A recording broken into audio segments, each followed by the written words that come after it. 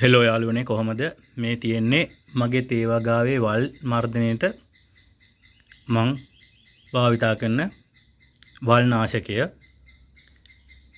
මේක litre 2 can එකක් මේක වෙනවා රුපියල් 3900ක් විතර. ඉතින් මේ දවස්වල ඔයාලා දන්නවා උදේට හවසට වෙලාවක් කියන්න බෑ වහිනවා වර්ෂාව වැඩි. ඉතින් දැන් වෙහි කාලෙට මේ වල් නාශකත් එක්ක කවලම් කරලා අපි යූස් කරනවා භාවිත කරනවා මේ ගම් එක. මේ එතකොට අර ඉක්මනට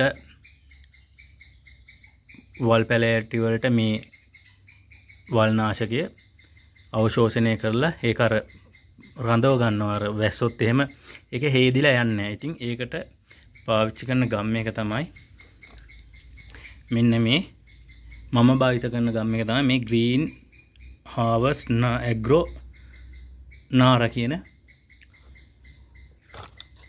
ගම් එක. මේක වලට පේනවා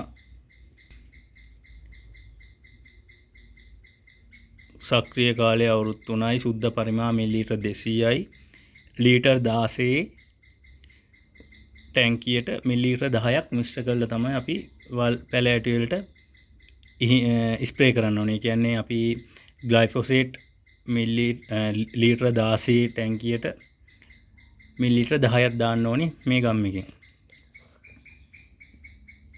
ඉතින් මේකේ තියෙනවා සඳහන් කරලා ඔයාලට බලා ගන්න පුළුවන්. මම මේක පැහැදිලි වෙන විදිහට මෙහෙම වීඩියෝ කරන්නම්. ඉතින් මේක වෙනවා රුපියල් 640ක්.